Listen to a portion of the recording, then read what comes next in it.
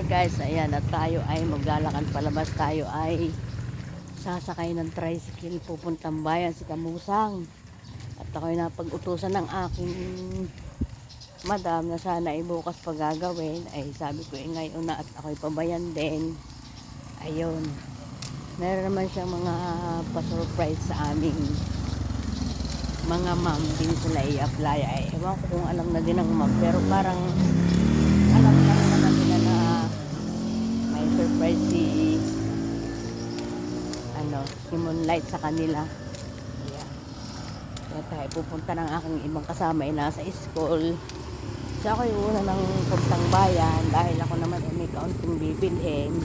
Ay sila ay susunod na lang doon at yung iba namang mga kasama din namin mga officer ay nandoon na. Doon na lang kami magkikita sa McDo.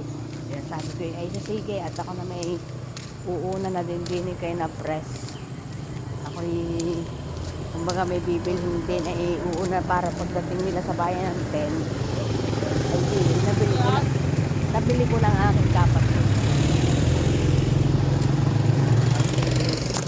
Sasakay ng tricycle.